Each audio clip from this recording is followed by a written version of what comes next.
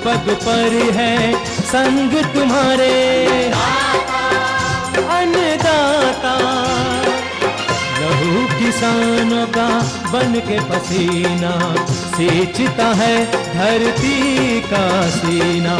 मेहनत का तेरी हक दिलवाने, नई तकनीक नई खोज बताने। पशुधन को गुणवान बनाना, पौध सुरक्षा को सिखलाना, खेती के सब गुर समझाने, भारत का सरताज बनाने। आठों पहर है संग तुम्हारे। अन्नदाता अन्नदाता। सुप्रभात, मैं चित्रा आप सभी दर्शकों का अन्नदाता कार्यक्रम में स्वागत करती हूं। हर रोज की तरह कार्यक्रम में हम लेकर आते हैं खेती बाड़ी से जुड़ी हुई ढेर सारी जानकारियां। तो चलिए सबसे पहले देखते हैं क्या विशेष है आपके लिए आज के कार्यक्रम में। सौर ऊर्जा का प्रयोग कर फसलों की सिंचाई, जीरो खर्च वाली तकनीक।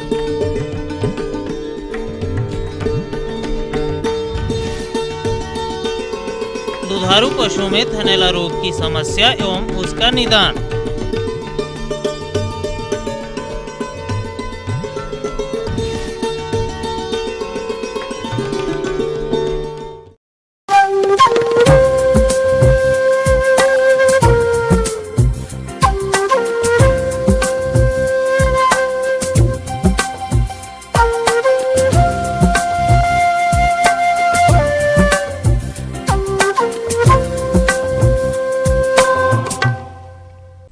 खेती में ऊर्जा की आवश्यकता सिंचाई जल निकालने हेतु बिजली या डीजल द्वारा पूरी होती है, परंतु ग्रामीण क्षेत्रों में एक तरफ बिजली की विकराल समस्या तो दूसरी तरफ डीजल की आसमान छूती कीमतों की वजह से किसान काफी दिक्कतों का सामना कर रहे हैं। ऐसे में सूर्य की असीम ऊर्जा का प्रयोग कर सोलर पंप के माध्यम से सिंचाई करना सरल एवं सस्ता विकल्प है। क्या है ये तकनीक, इसकी पूरी जानकारी बता रही हैं शाहजहांपुर से संवाददाता वीरेश सिंह की ये रिपोर्ट। पूरे भारतवर्ष में खेती के लिए सिंचाई जल का दोहन या तो विद्युत चलित ट्यूबवेल से किया जाता है या फिर डीजल चलित पंप सेट इसके लिए काम में लाए जाते हैं। लेकिन डीजल की बढ़ी हुई कीमतें जहां एक ओर सिंचाई में आने वाली लागत को बढ़ाती है, वहीं दूसरी ओर समय पर बिजली न उपलब्ध होने के कारण किसान फसलों की सिंचाई हेतु हर वक्त परेशान रहता है। क्या आपने कभी सोचा है कि इस परेशानी से निजात पाने का आसान तरीका हमारे पास उपलब्ध है, जिसे हम नवीकरणीय ऊर्जा या ऊर्जा के गैर परंपरागत स्रोत के रूप में जानते हैं। ऊर्जा का एक विशाल भंडार आसमान के ऊपर से आने वाली यह सूर्य की किरणें हैं। जी हाँ, सौर ऊर्जा का नाम तो आपने सुना ही होगा। आज इसी ऊर्जा का प्रयोग सिंचाई जल के दोहन में सफलतापूर्वक किया जा रहा है। हमारे नियमित दर्शकों को याद होगा कि सौर ऊर्जा से सफलतापूर्वक सिंचाई कर रहे आंध्र प्रदेश एवं तेलंगाना राज्य के साथ राजस्थान राज्य के किसानों को समय समय पर अपने कार्यक्रम में दिखाते आए हैं। पिछले वर्ष से अपने राज्य में भी सौर ऊर्जा का प्रचार प्रसार तेजी से हुआ। नीति निर्धारकों के सहयोगात्मक रवैये की वजह से बहुत से किसानों ने इसे अपनाया है। शाहजहांपुर जिले के लोधेपुर गांव निवासी रजनीश गुप्ता भी इनमें से एक हैं, जो सौर ऊर्जा यूनिट से फसलों की सिंचाई कर रहे हैं। करीब 5 एकड़ खेती, सब्जी, गेहूं, सारा कुछ हम लोग करते हैं यहाँ पर। गाय भैंस की डेयरी भी खोल रखी है हमने, 15 भैंस पालते हैं गाय भैंस। हम समझते हैं ये सोलर पंप एक 5 एकड़ तक के किसान के लिए बहुत ही बढ़िया चीज़ है। ना ही इसमें कोई हमारा डीजल खर्चा हो रहा, ना बिजली खर्चा हो रहा है, और लगभग पूरे साल हमको इससे पर्याप्त पानी मिल जाता है। जाड़ों में 8 साढ़े 8 बजे से चालू हो जाता है और लगभग 4 बजे तक 3 बजे तक चलता है तेज़ी से। मतलब 8 से 12 5 घंटे 6 घंटे तेज़ी से पानी देता है, फिर कम होने लगता है। अगर हम एवरेज में 1 एकड़ थोड़ा कम 4 बीघे 3 बीघे एक दिन में भर लेते हैं। इससे पहले हम लोग डीजल इंजन से करते थे सिंचाई पंप सेट से, तो उसमें लगभग हमारा 400 रुपये का 500 रुपये खर्चा आता था पर डे। पूरे दिन लगता भी नहीं था, लेकिन हाँ सप्ताह महीने में 15 दिन सिंचाई करनी पड़ती थी। आप समझिए 10,000 रुपये महीने 12,000 रुपये महीने हमारा डीजल लगता था। वो लगभग अब जीरो है खर्चा। लीटर में तो हम नहीं बता पाएंगे, लेकिन हाँ 5 एकड़ खेती हमारी यहाँ पे है और 5 एकड़ के लिए हमें अब आज 1 पैसे भी डीजल के रूप में नहीं खर्च करना पड़ता है, लगभग होती सिंचाई रहती है। इसमें कोई शक नहीं कि सौर ऊर्जा संयंत्र सिंचाई जल निकालने की अद्भुत तकनीक है और शासन के द्वारा इस पर लागत का 75% अनुदान दिया जा रहा है। क्या है अनुदान प्रक्रिया, इसकी जानकारी हेतु हमारे संवाददाता ने बात की शाहजहांपुर के उप कृषि निदेशक डॉक्टर R.K. यादव से। जो आज मांग बढ़ रही है एनर्जी की, बिजली की, उसमें ये आपका वैकल्पिक ऊर्जा जो है बहुत ही कामयाब है। देखिए, सोलर पंप पिछले साल 73 के लक्ष्य थे और किसानों की उसमें मांग आई, रुझान हुआ उसके तरफ, तो फिर बाद में 83 हमारे लक्ष्य बन गए और 83 के जो सोलर पंप थे वो लगाए गए थे कि 68,748 रुपये इसका बैंक ड्राफ्ट लग रहा था। चूँकि ये पूरी कीमत इसका 2,74,991 रुपया था और उस पर 75% का अनुदान दिया गया था और अनुदान था और उनको 25% कृषक अंश देना था, जो 68,748 रुपये का बैंक ड्राफ्ट बना के देना था। देखिए, ये प्राप्त करने के लिए इस पर एक प्रिस्क्राइब्ड प्रोफार्मा है, उसको भरना पड़ेगा, उसको फोटोग्राफ लगाना पड़ेगा और अपनी वो पहचान के लिए ID प्रूफ देना पड़ेगा, खसरा खतौनी देनी पड़ेगी, एक नोटरी आनर फी उसे देना पड़ेगा। इन साल जो व्यवस्था हम करेंगे वो इस तरह से करेंगे कि हमारी विभाग की पोर्टल है, वेबसाइट है, उस पर ये फॉर्म ऑनलाइन किए जाएंगे और अपने आप वो क्रम से होते जाएंगे, उन्हीं क्रम में हम उनको देंगे। शुरुआती दौर में किसान इससे कम पसंद कर रहा था, इसकी कमी देखा नहीं था। जब एक आध हम लोगों ने लगवाया तो बाद में इसकी डिमांड बढ़ती गई। कार्यक्रम के आज के अंश में बस इतना ही। कल के कार्यक्रम में आपको दिखाएंगे इस संयंत्र के विभिन्न मॉडल, कार्यविधि और बरती जाने वाली सावधानियों के बारे में।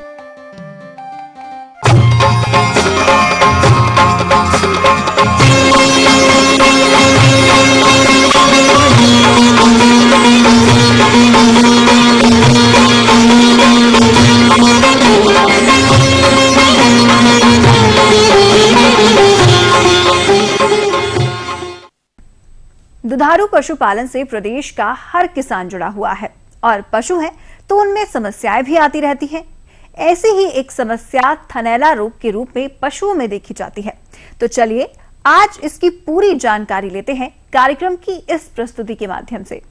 दुधारू पशुओं की देखरेख में लापरवाही एवं पशुशाला में गंदगी के कारण प्रायः थनैला रोग का प्रकोप हो जाता है, जिसके कारण पशु के थन सूख जाते हैं। इस बीमारी से ग्रसित थन से दूध आना बंद हो जाता है, फलस्वरूप पशुपालकों को काफी हानि होती है।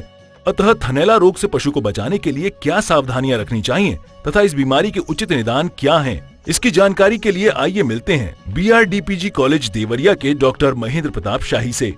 ये जो थनैला रोग है ये एक जीवाणु जनित रोग है, बैक्टीरियल डिजीज है और ये रोग इसको और भी कई नामों से, थनैला के अलावा इसको कई नामों से जानते हैं, जैसे कि चिल डिजीज के नाम से जानते हैं, इसको मॉम रोग के नाम से भी जानते हैं। और ये जनरली ये रोग दुधारू पशुओं में अधिकतर देखने को मिलता है। ऐसा नहीं है कि दुधारू जो दूध देती हैं केवल उन्हीं को होगा, कभी कभी सूखे जानवर जो कि दूध नहीं देते हैं उनको उनमें भी देखने को मिलता है। इसका जो रीजन है कि इसके रख रखाव या इसके मैनेजमेंट रख रखाव में दूषित रख रखाव के कारण ये देखने में ज़्यादा मिलता है, या जो हाई यील्डर जानवर हैं जो कि ज़्यादा दूध देने वाली हैं, जिनके कि प्रॉपर उनका सब वहाँ पर रहने के जगह पर या डेयरी शेड में व्यवस्था अगर सही नहीं है, रहने का व्यवस्था नहीं सही नहीं है या ज़्यादा गंदगी है, तो उस कंडीशन में भी इन्फेक्शन होने की संभावना बढ़ जाती है। ये तीन तरह से, ये तो एक बोलते हैं कि अति तीव्र अवस्था। तो जो अति तीव्र होता है उसमें क्या होता है, एक्यूट पर एक्यूट स्टेज, उसमें क्या होता है कि एकाएक जानवर खाना पीना बंद कर देता है, उसको फीवर हो जाता है और वो थन जो है जो उसका ऑर्डर है वो बिल्कुल लाल हो जाएगा और उसको हाई फीवर हो जाएगा। तो ये हो गया आपका पर एक्यूट स्टेज यानी कि अति तीव्र अवस्था। दूसरा हुआ एक्यूट स्टेज यानी कि तीव्र अवस्था। उसमें क्या होता है कि धीरे धीरे जानवर सुस्त होने लगता है, खाना पीना बंद कर देता है, कानों को नीचे गिरा देता है, रोआं खड़ा कर देता है और धीरे धीरे धीरे उसके दूध दूहने पर उसके दूध कुछ लच्छेदार यानी कि दूध से जो टीथ हैं, चारों टीथ हैं उसके छिमियों से दूध ना निकल करके हल्का हल्का उसमें से मतलब कि पानी जैसे पंछा लिए निकलता है और जानवर को फीवर रहने लगता है। बाद में चल के वो धीरे धीरे गांठ बन जाता है वहाँ पर और उससे बाद में दूहने पर जब निकालें तो उसमें से खून या पस निकलने लगता है। तो ये हो गया। तीसरा जो है क्रॉनिक स्टेज यानी कि दीर्घकालिक अवस्था। उस कंडीशन में क्या होता है कि जानवर को धीरे धीरे वो उसका इन्फेक्शन तो हो जाता है, इन्फेक्शन हो धीरे धीरे फीवर होगा उसको, वो दूध नहीं देगी। दूध दूहने के समय जब एनिमल के ऊपर दूध निकालने जाएगा तो पैर हाथ चलाएगी, विचलित रहेगी, चंचल रहेगी। उसके बाद धीरे धीरे उसके टीथ के ऊपर जो मिल्क कूप है यानी कि जो उसका मिल्क सिस्टर्न है यानी कि जो थन के ऊपर जो गांठें हैं वो बिल्कुल कड़े होने लगते हैं, धीरे धीरे पत्थर जैसे वो कड़े हो जाएंगे और उसमें से दूध आना धीरे धीरे बंद हो जाता है, जिसको लोग जो एनिमल कीपर अपने भाषा में बोलते हैं कि वो उसकी छिमी खत्म हो गई या वो मार गई। तो ट्रीटमेंट में है कि सबसे पहले थन का जो है वो हम धुलाई करते रहेंगे कि उसमें इन्फेक्शन वगैरह आगे न बढ़ने पाए। दूसरा चीज़ है कि हम उसका जो एंटीबायोटिक में तमाम दवाएं हैं जैसे कि मस्टरसिलिन हुआ या मस्टलीन हुआ, तमाम ऐसे एलोपैथिक या एंटीबायोटिक दवाएं हैं जो कि उसको में हम यूज कर सकते हैं। और इन दवाओं को और साथ में पेंडिस्टीन डीएस एक ट्यूब आता है जो उसके टीथ में हम डालते हैं और टीथ में डालने के बाद हम उसके टीथ को टेप से बंद कर देते हैं और उसको धीरे धीरे हम उसमें मसाज करके उसको पूरा यानी कि जो उसका मिल्क सिस्टर्न है जो ऊपर का जो गांठ है उसमें पूरी दवा चढ़ जाए। चढ़ाने में इस बात को ध्यान देते हैं कि केवल टीथ में नहीं डालते हैं, उसके जो टीथ वो उसका लंबा जो उसका ढक्कन आता है कॉक वो लंबा होता है, उसमें हम पूरा भीतर तक दबा करके उस सिस्टर्न तक दवा को पहुंचाएंगे और जिससे कि वो पूरा मिल्क कूप में वो जो सिस्टर्न है उसमें पूरा जो है वो मिक्स हो जाए। अब तो होम्योपैथिक दवाएं भी इसके लिए मस्टरसिलिन आ गई है जो कि उसको 30 ml की 30 डोज की है, जो उससे देने पर देखा गया है कि उससे भी रिलीफ मिल रहा है। ये थी कुछ उपयोगी जानकारियां। आगे है एक छोटा सा ब्रेक, जल्द लौटेंगे और कार्यक्रम में आगे आपसे चर्चा करेंगे।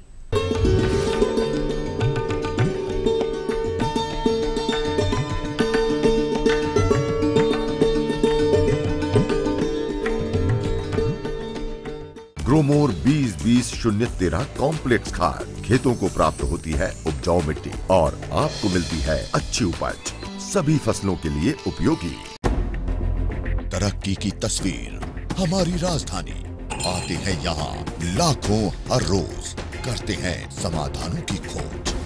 सूबे के विकास के यहाँ होते हैं अहम फैसले, यहाँ के फैशन की चकाचौंध, लग्जरी लाइफस्टाइल के जलवे, होती है जिस पर सबकी नजर। राजधानी की हर छोटी बड़ी खबर पर, राजधानी से सोमवार से गुरुवार रात 8 बजे।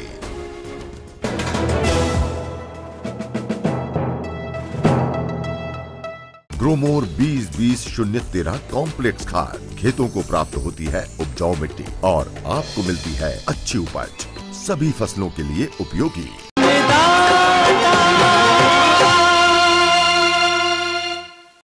ब्रेक के बाद एक बार फिर से आप सभी दर्शकों का अन्नदाता कार्यक्रम में स्वागत है। बढ़ते हैं अगली प्रस्तुति की ओर।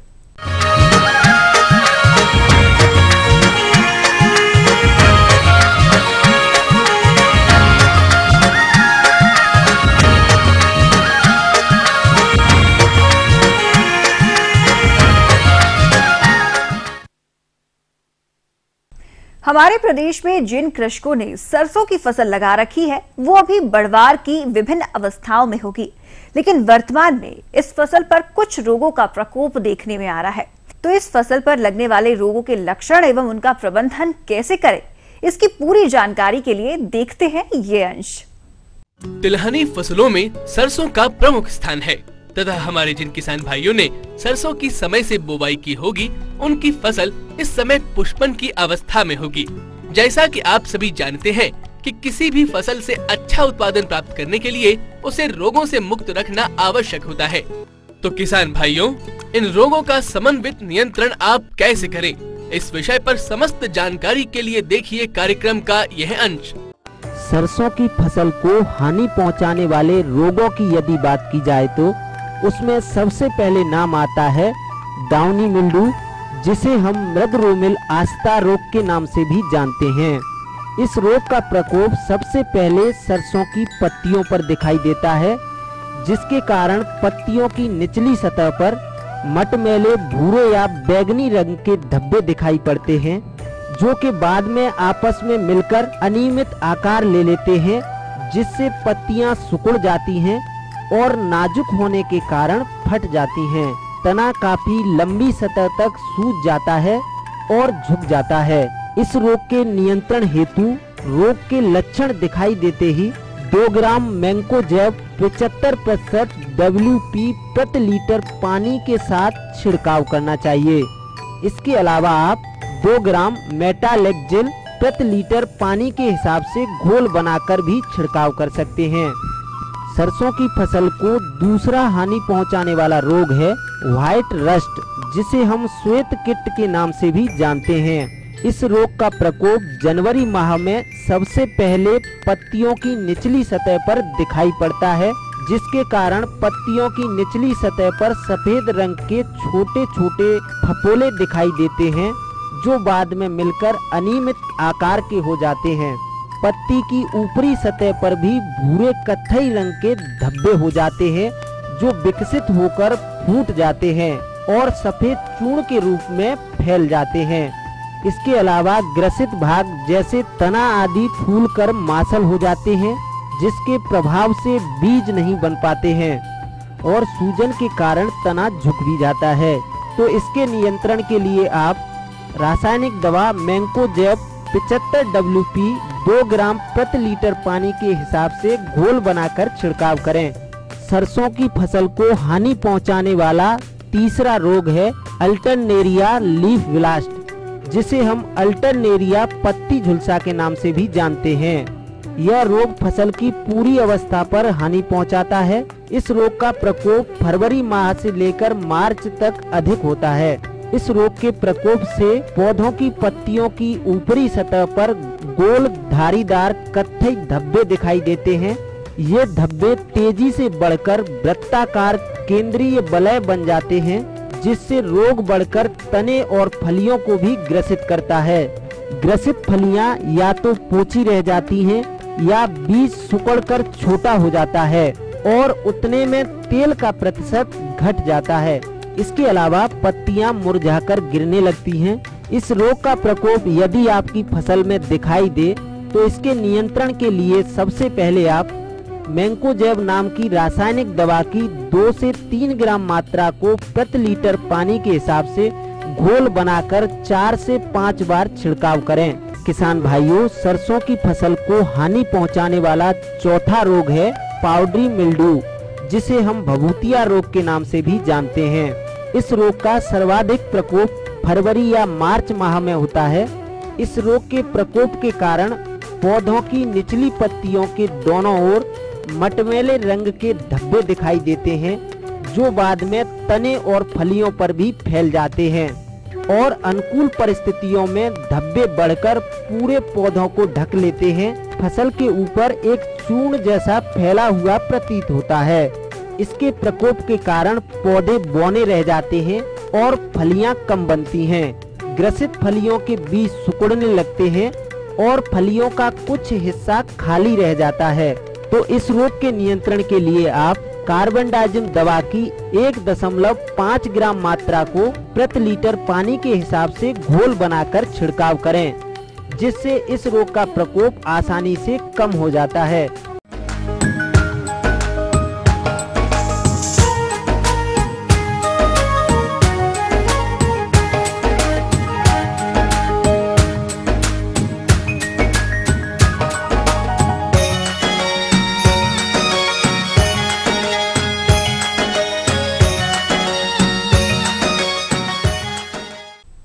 अमरूद के बागों में इस समय फल लगे हुए हैं, जिनका अच्छा बाजार मूल्य लेने के लिए फलों की गुणवत्ता को बनाए रखना बेहद जरूरी है। और इसके लिए आपको बागों में समसामयिक प्रबंधनों एवं कीट रोगों से वृक्षों तथा फलों को बचाना होगा, जिसकी जानकारी के लिए हम लेकर आ रहे हैं कार्यक्रम की ये कड़ी। अमरूद के बाग में जाड़े की फसल लगी होगी और आशातीत उपज एवं लाभ प्राप्त करने के लिए बाग में समसामयिक प्रबंधनों जैसे कि बाग की सिंचाई, पौध सुरक्षा एवं तुड़ाई प्रबंधन को सही समय पर सही तरीके से अपनाने की आवश्यकता होती है। अन्यथा इन प्रबंधनों के अभाव में फलों का गिरना तथा कीट रोगों का प्रकोप देखा जाता है। अतः अमरूद के बाग में फलन की अवस्था पर कौन कौन से प्रबंधनों को अपनाना है जिससे कि किसी प्रकार की समस्या बाग एवं बाजार मूल्य पर न आए, इसके लिए हमने आज आमंत्रित किया है ग्राम बबियाव जिला वाराणसी के प्रगतिशील अमरूद उत्पादक शैलेंद्र रघुवंशी को। मैं अमरूद का बागवान हूं और हमारे पास करीब 12 एकड़ में 9 प्रजाति के अमरूद के पौधे लगे हुए हैं, जिनकी दूरी 6 बाई 3 मीटर पे है। तो जाड़े में अगर अधिक फल हमें लेना है तो इसके लिए सबसे पहले आवश्यक है कि हम मई लास्ट में और जून फर्स्ट में उसकी प्रूनिंग करें। जाड़े के मौसम में भी हमें बाग की साफ सफाई का विशेष ध्यान देना है, क्योंकि खरपतवार जब रहेगा तो तमाम तरह के कीड़े पैदा होते हैं और वो हमारे पौधे को नुकसान पहुंचाते हैं। तो साफ़ सफाई करने के बाद अगर ड्रिप है तो ड्रिप से सिंचाई, नहीं तो थाला बना करके उसकी सिंचाई हम लोग 15 दिन के अंतराल पे करते हैं। और जब ठंडक अधिक पड़ती है दिसंबर और जनवरी के महीने में, उस समय पानी की आवश्यकता भी अधिक पड़ती है पौधे को, तो उस समय हम लोग 1 सप्ताह पे पानी देते हैं। दूसरा, इसमें जाड़े के मौसम में कीड़ों का प्रकोप कम होता है बारिश की अपेक्षा। फलत की अवस्था पर सबसे बड़ी समस्या होती है फल मक्खी कीट की। मादा मक्खी फलों में छेद करके छिलके के नीचे अंडे देती है और इनसे निकलकर मैगट अंदर ही अंदर फलों को खा जाते हैं। इसकी रोकथाम हेतु फल मक्खी ग्रसित फलों को प्रतिदिन इकट्ठा करके नष्ट कर दें। प्रौढ़ मक्खियों को मारने के लिए 500 मिलीलीटर मेलाथियान 50 EC 5 किलोग्राम गुड़ या चीनी को 500 लीटर पानी में मिलाकर प्रति एकड़ छिड़काव करें। अगर प्रकोप बना रहता है तो छिड़काव 7 से 10 दिनों के अंतराल पर दोहराएं। फल मक्खी के नियंत्रण के लिए सबसे अच्छा उपाय मिथाइल यूजिनाल ट्रैप का प्रयोग है। इस ट्रैप को 7 से 10 ट्रैप प्रति एकड़ पेड़ों पर बांध देने चाहिए, जिसके अंदर फल मक्खियां गिरकर नष्ट हो जाती हैं। फलत की अवस्था पर श्यामवर्ण, जिसे कि फल गलन या टहनी मार कहते हैं, इसका प्रकोप होता है। फलों में संक्रमण होने के फलस्वरूप बनते हुए फल छोटे, कड़े और काले रंग के होते हैं। डालियों पर यदि संक्रमण उत्पन्न हो जाए तो डालियां या शाखाएं पीछे से सूखने लगती हैं। इसकी रोकथाम हेतु रोगग्रस्त डालियों को काटकर 0.3% कॉपर ऑक्सीक्लोराइड के घोल का छिड़काव करना चाहिए। फल लगने की अवधि पर 15 दिन के अंतराल पर 2-3 छिड़काव इसी दवा का करना चाहिए। और इसमें जो फल होता है, जब फल बढ़ता है, जैसे ही उसमें पीलापन शुरू होता है, उस समय हम उसको तोड़ाई करते हैं। तोड़ाई के समय भी ध्यान रखते हैं कि इसमें भी 1 से 2 पत्ता फल में लगा हो और वो आपस में बहुत ज़्यादा एक जगह इकट्ठा नहीं रखते हैं, उसको थोड़ा थोड़ा हम लोग रखते हैं और ग्रेडिंग करते जाते हैं। ग्रेडिंग भी उसी तरीके से होती है, ये भी A, B, C और 3 प्रकार ग्रेडिंग करके इसको हम प्लास्टिक के 20 किलो के कैरेट में नीचे पेपर बिछा करके उसमें इसको पैकिंग करते हैं। और पैकिंग समय भी ये ध्यान देते हैं कि ग्रेडिंग में कोई परेशानी न हो। आगे और भी रोचक जानकारियां बाकी हैं, पर यहाँ पर रुकेंगे एक और कमर्शियल ब्रेक के लिए। जल्द हाजिर होते हैं।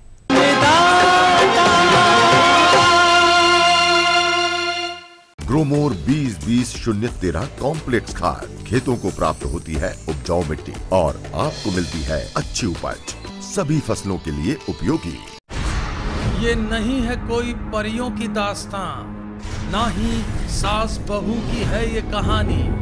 ये दास्तां है सच्ची वारदातों की, दिल दहला देने वाले अपराधों की। करेंगे हम पर्दाफाश ऐसे वाकयात का, दास्ताने जुर्म।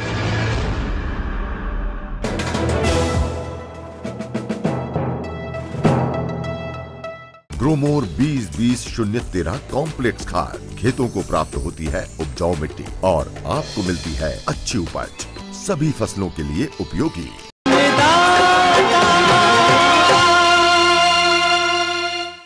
ब्रेक के बाद आप सभी दर्शकों का एक बार फिर स्वागत है। चलिए अब रुक करते हैं अगली कड़ी की ओर।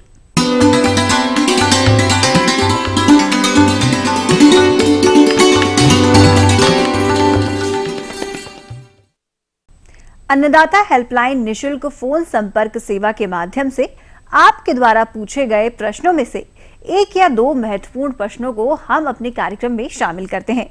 इसी के तहत आज का चयनित प्रश्न और उसका जवाब इस प्रकार है। निःशुल्क अन्नदाता हेल्पलाइन में आज जो प्रश्न शामिल किया गया है उसे पूछा है बहादुरगढ़ हापुड़ से मोहम्मद नौशाद ने। आपकी चने की फसल में कुछ कीड़ों का प्रकोप दिखाई दे रहा है, आप इनके नियंत्रण हेतु जानकारी चाहते हैं, तो इसके लिए देखिए कार्यक्रम की यह प्रस्तुति। जो शुरुआत की अवस्था होती है चने में, उस समय सबसे पहले कटुआ कीट आता है और ये सुंडी दिन में ढेलों के नीचे छुपती है और रात के समय जैसे ही शाम होता है उस समय ये ढेलों से बाहर निकलती है और आसपास का जो भी पौधा चना का होता है, ये कीट वास्तविकता काटता तो खाता कम है लेकिन काटता बहुत ज़्यादा है, काट के बहुत ज़्यादा गिरा देता है। इस जात पाने के लिए शाम के समय में आप क्लोरपाइरिफास का चने के खेत में आप छिड़काव कर लें, कीट पूरी तरह से नियंत्रित हो जाता है। और ख़ास तरह से चने में जब पॉड बन जाता है, उस पॉड बनने के बाद ग्राम पॉड बोरर जो विश्वव्यापी इंसेक्ट है और चने का तो लगभग 80 से 90% तक नुकसान हो जाता है इस कीट के द्वारा। रात में प्रकाश प्रपंच की व्यवस्था कर सकते हो तो प्रकाश प्रपंच की अवश्य व्यवस्था कर लें। बहुत भारी संख्या में कीट आकर्षित होते हैं उस प्रकाश प्रपंच में, उसको एक बार में नष्ट कर दें। आप चने के खेत में कम से कम या तो इंटरक्रॉपिंग करने, जो गेंदा आता है, गेंदे का फूल है, इसमें बहुत तेज़ी से आकर्षित होते हैं। वो गेंदे का फूल लगाने से उसके लिए प्रलोभक का काम करता है। जो भी मादा मोथ होती है वो चने को छोड़ करके गेंदे के फूल पे चली आती है, उसके पंखुड़ियों पे अंडा दे देती है और आप बहुत आसानी से उन अंडों को फूल तोड़ करके नष्ट कर सकते हैं। या तो बहुत कम मात्रा में इंसेक्टिसाइड कीटनाशी लगेगा और आप उन फूलों पे चारों तरफ डाल करके उनको आप नष्ट कर सकते हैं। जो तीसरी बहुत आसान जो किसान कर सकते हैं, ये एक बर्ड परचेज की व्यवस्था की गई है जिसमें शाखायुक्त टहनी होती है और 1 हेक्टेयर में 15 से 20 अगर शाखायुक्त टहनी हम डाल दें तो जो कीट खाने वाले पक्षी हैं वो पक्षी उस पर आकर के बैठ जो उनको बहुत चाव से खाती हैं। एक और इसमें न्यूक्लियर पॉलीहेड्रोसिस वायरस है जिसकी भी 250 लार्वी का घोल होता है जिसको 400 लीटर पानी में घोल करके छिड़का जाता है और ये कीटों में इसके इल्ली में जो सुंडी होता है उसमें रोग पैदा कर देते हैं, इसको ट्री टॉप रोग कहते हैं, वो उसमें पैदा करके मार देते हैं। तो ये बहुत ही सुरक्षात्मक तरीका है ये। फिर भी अगर अंत में हमें ज़रूरत पड़े 10 पौधे को आप देखें, 10 ये चने के पौधे पे अगर एक सुंडी भी मिल जाता है तो आप डेकामेथ्रिन है जिसकी आधा मिलीलीटर प्रति लीटर पानी में घोल करके छिड़का जा सकता है। या एक और बिल्कुल नई कीटनाशी है प्रोफेनफॉस जिसकी 1.5 मिलीलीटर मात्रा प्रति लीटर पानी में घोल के आप छिड़क सकते हैं और इसकी भी तीन बार आपको छिड़काव करना पड़ेगा 7 से 10 दिन के अंतराल पे। अगर आप इतनी प्रक्रिया करते हैं तो ये सबसे बड़ा विनाशकारी कीट है चने का, इससे आपको निजात मिल जाए। हम ये उम्मीद करते हैं कि आज का कार्यक्रम आप सभी दर्शकों के लिए उपयोगी रहा होगा। किसान भाइयों, अन्नदाता आपकी सेवा के लिए संकल्परत है। कृषि संबंधित समस्या एवं सुझावों के लिए आप हमें इस पते पर संपर्क कर सकते हैं। प्रोड्यूसर अन्नदाता, ETV Uttar Pradesh Uttarakhand, Ramoji film city Hyderabad 501512। साथ ही आप हमें ईमेल भी कर सकते हैं। हमारा ईमेल है annadata.up@etv.co.in। इसके अतिरिक्त आप हमें निशुल्क हेल्पलाइन नंबर 1800-425-4085 पर शाम 5 से 6 के बीच संपर्क कर सकते हैं। फिलहाल अन्नदाता की पूरी टीम को दीजिए इजाजत। कल फिर इसी समय आपसे मुलाकात होगी कृषि संबंधित कुछ और रोचक जानकारियों के साथ। नमस्कार।